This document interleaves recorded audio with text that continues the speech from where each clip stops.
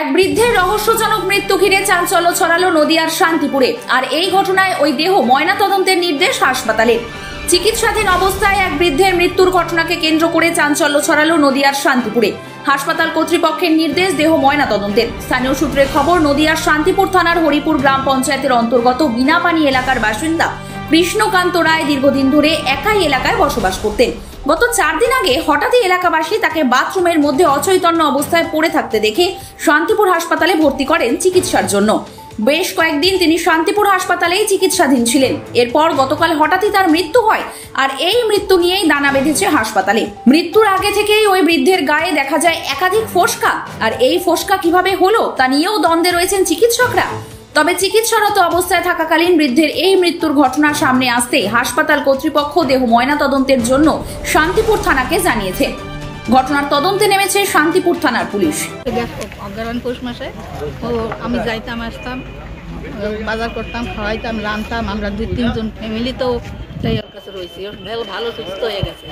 এই সুস্থ হয়ে গেছে পরে আমি চলে আইছি পরে আমি আর শিগগির যাই না যাওয়া খানিলি ও শুনলাম যে পাড়ার একজন বোনের বিয়ে দিয়েছে ওখানে, ও বোনের বাড়ি গেছে। আমি বললাম এই ওটা বদমেশটা কেমন আছে, ভাই তো ওকে তো এরমভাবে বললাম বদমেশটা কেমন আছে, তাকে না দিব্যি খাচ্ছে ভালো আছে। এই 3 দিন কি 4 দিনের ঘটনা আগে। হ্যাঁ, আচ্ছা ভালো কথা, তোর কাছে শুনলাম ভালো ঘটনা। তারপরের খবর আমি কিছু জানি না। আমি শান্তিপুরে রয়েছি। কি মনে হয় কিভাবে মারা গেল? আমি কি মনে হয় আমি কিছু এই আপনার ভাইয়ের গায়ে ফোস্কা টোস্কা পড়েছে? শুনেন, আমি কিছু জানি না, দেখি নাই। আমারে ঘরে ভর্তি করে দিয়া আমারে বলেছে যে একজনের দিয়ে খবর দেওয়া হয়েছে যে ওর অবস্থা ভালো না, স্ট্রোক হয়ে গেছে।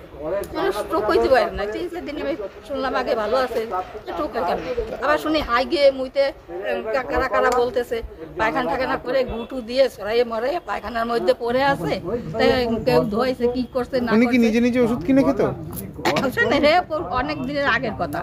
ও ডাক্তার একটু পছন্দ কম করে, একটু মানে শিক্ষিত একটু আসছিল তো, ওই মানে নিজে ওষুধ কিনা খাওয়াটা পছন্দ করতো, নিজেই করতো আর কি। হ্যাঁ, সেই জন্য যে গায়ের মধ্যে কি হয়েছে না হয়েছে সে ও ব্যাপারে কোনো কিছু না। আর ভালো মন্দর ব্যাপার আমি আর কিছু জানি না। আচ্ছা, এখন ডাক্তার কি বলেছে পোস্টমর্টম করতে? ডাক্তারে কি বলেছে না বলেছে তাও আমি জানি না। ডাক্তারের সাথে আমার সাথে কোনো কথা হয়নি। তাহলে এখন কি চাইছেন? আমি কি ভালো মন্দ আমি কিছু বলতে পারি। প্রশাসনের কাছ থেকে মনে করছে পুলিশ কিছু বলবে? পুলিশ আশ্বাস রাখছে? পুলিশের উপর আস্থা রাখছেন? হ্যাঁ, পুলিশের উপর আস্থা রাখছেন? আমি ভালো বুঝি না। পুলিশের উপর মারা গেছে মানে উনি আগে অসুস্থ ছিল, আগেও 2-1 বার স্ট্রোক হয়েছে ওনার আগে। তখনও উনি ঠিকভাবে ডাক্তার দেখায়নি, বলে প্রায় 1-1.5 মাস 2 মাস অসুস্থ হয়ে পড়েছিল। ঠিক আছে, যাক যেভাবে হোক ওখানে সে মানে হসপিটালে ডাক্তার দিকে কিছুটা সুস্থ করার পরে উনি মোটামুটি সুস্থ মতো ছিল। উনি আর তারপরে ডাক্তার দেখাতো না। এবার হট করে আমরা সেই দিন মানে তারপরে দেখি অসুস্থ হচ্ছে আস্তে আস্তে। তারপরে সেদিন আমরা সকালবেলা আমাদের ওইখান থেকে পাড়া প্রতিবেশী একজন দেখে যে উনি পায়খানার মধ্যে পড়ে আছে। কিন্তু পায়খানার মধ্যে পড়ে আছে, তখন আমরা কি করি, পাড়া প্রতিবেশী সবাই মিলে ওনাকে ধরে এনে ওই পায়খানা ওগুলি একটু পরিষ্কার করে জল ঢেলে পরিষ্কার করে ওনাকে কিন্তু আমরা হসপিটালে ভর্তি করি। এটাই বলতে পারবো, আর কিছু বলতে পারবো না।